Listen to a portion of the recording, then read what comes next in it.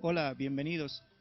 En esta ocasión estaremos resolviendo un ejercicio más de movimiento circular, el cual nos dice: el disco A mostrado en la figura parte del reposo y tiene una aceleración alfa sub A igual a pi radianes por segundo al cuadrado. Si R sub A sobre R sub B es igual a 1/2, R sub C sobre R sub D igual a 1/3, R sub E vale 0.25 metros. Determine el tiempo que tarda m en recorrer una distancia h igual a 0.25 metros. Entonces acá nos muestran la figura, nos dicen que m debe recorrer h, lo cual implica que el disco E y D están girando en sentido horario, y al estar conectados por una cuerda con el disco C y B, también estarán girando en el mismo sentido. Y este estar girando en contacto con el disco A estará girando en el sentido antihorario. Entonces, definimos los sentidos en que están girando nuestros discos y podemos determinar también que M tendrá la misma aceleración lineal o tangencial que el disco E, ya al estar conectado por una cuerda, lo cual tendremos que la aceleración lineal de E será la misma para la aceleración de E, por lo cual M tendrá, para recorrer H, tendrá un movimiento uniformemente variado. Para hallar el tiempo tendremos que hallar la aceleración lineal de E, el cual implicaría hallarlo en función de los datos que nos dan, de los radios y de la aceleración de A, para lo cual hacemos lo siguiente. Primeramente anotamos nuestros datos que nos dan. Tenemos la aceleración angular de A, la relación de radios de A de B, C y D, y la radio de E, y la altura h que nos dan. Entonces planteamos la ecuación para el movimiento de m, que habíamos dicho que era uniformemente variado por la aceleración que experimenta. Si recordamos, la ecuación de movimiento uniformemente variado será esta, que h será igual a la velocidad inicial por el tiempo más 1/2 de la aceleración por el tiempo al cuadrado. Pero nos dicen que parte del reposo, el sistema parte del reposo, por ende m también va a partir del reposo, y entonces su velocidad inicial sería 0.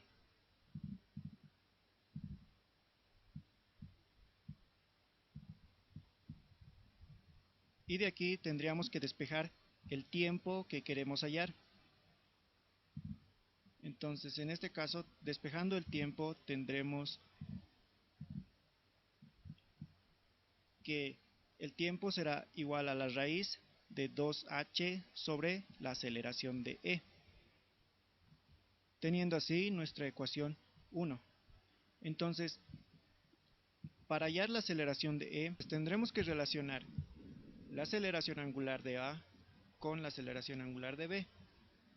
Y como vemos, el disco A y el disco B están conectados tangencialmente, lo cual sus aceleraciones lineales serán iguales, y será para la relación entre A y B. Entonces, para A y B, sus aceleraciones lineales o tangenciales son iguales. Entonces, como tengo acá en un recuadro la relación entre parámetros angulares y lineares, será para S, que es el arco de, de un disco o un cuerpo circular, la velocidad y la aceleración lineal, que se relaciona con las angulares y está relacionado directamente por el radio. En este caso, haremos el uso de esta relación de las aceleraciones. Entonces, como tenemos que la aceleración de A es igual a la aceleración de B, teniendo en cuenta la relación que acabamos de ver, decimos que la aceleración de A va a ser el radio de A por la aceleración angular de A, igual a la radio de B por la aceleración angular de B, de lo cual de acá deberemos despejar la aceleración de B,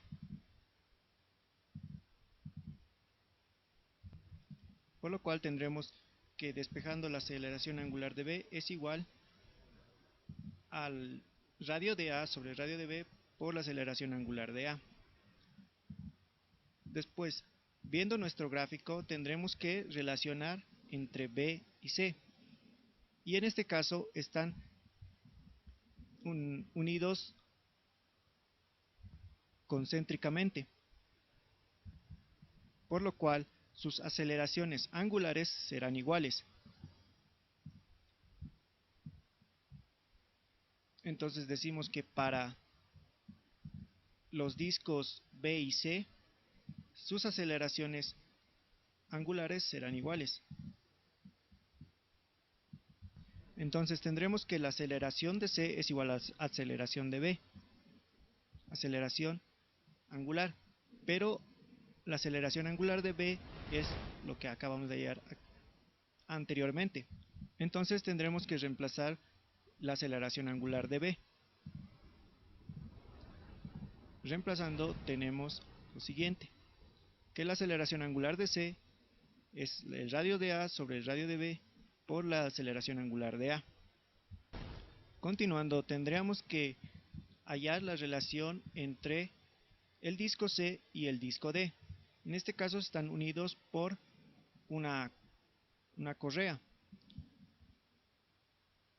que implica que sus aceleraciones tangenciales sean iguales. Entonces decimos que para C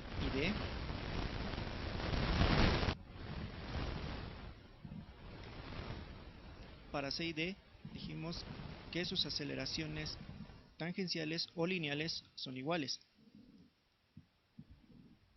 Y si recordamos la relación con sus aceleraciones angulares, tendremos que la relación será el radio de C por la aceleración angular de C igual al radio de D por la aceleración angular de D. Y de acá tendríamos que despejar la aceleración angular de D. Si despejamos, tendríamos lo siguiente, que el radio de C sobre el radio de D es por la aceleración angular de C, pero la aceleración angular de C ya lo tenemos acá y tendríamos que reemplazarlo. Reemplazando la aceleración angular de C tendremos lo siguiente. Antes hacemos una división acá.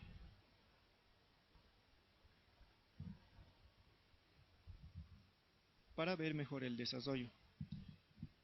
Entonces tendremos que la aceleración angular de D será el radio de C sobre el radio de D por el radio de A sobre el radio de B por la aceleración angular de A.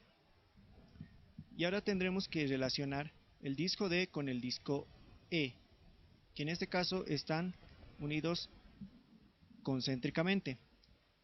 Y eso implica que sus aceleraciones angulares son iguales. Entonces, para D y para E, sus aceleraciones angulares son iguales.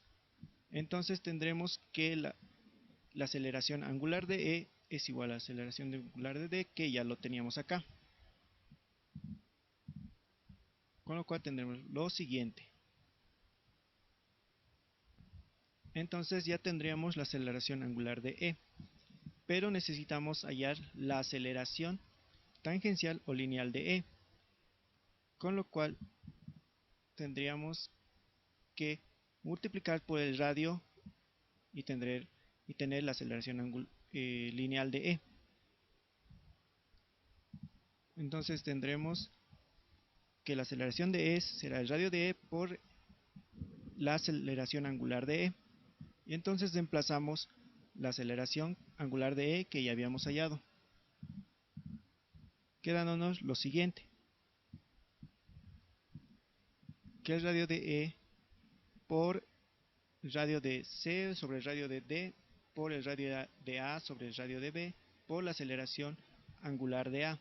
Entonces ya tenemos la aceleración de E en función de todos los datos que nos dan.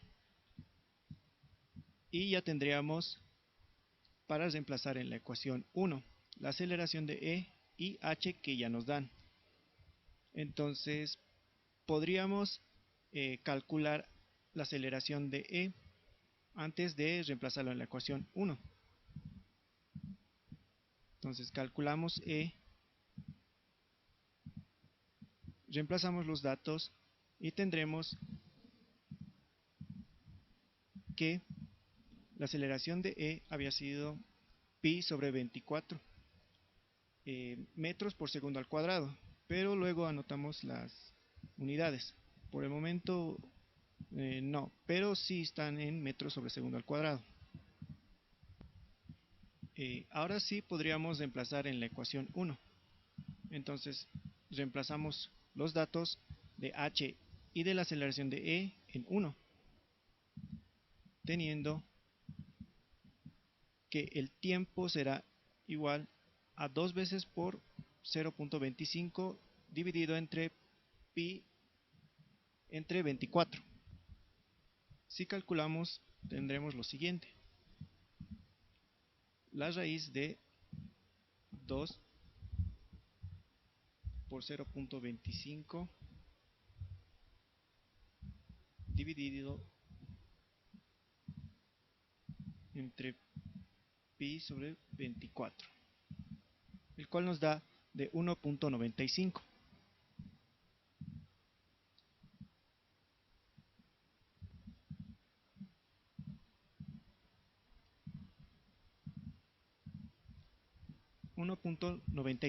segundos.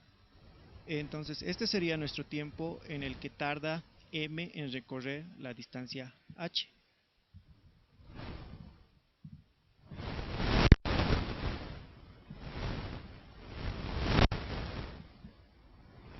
Y con eso concluiríamos este ejercicio.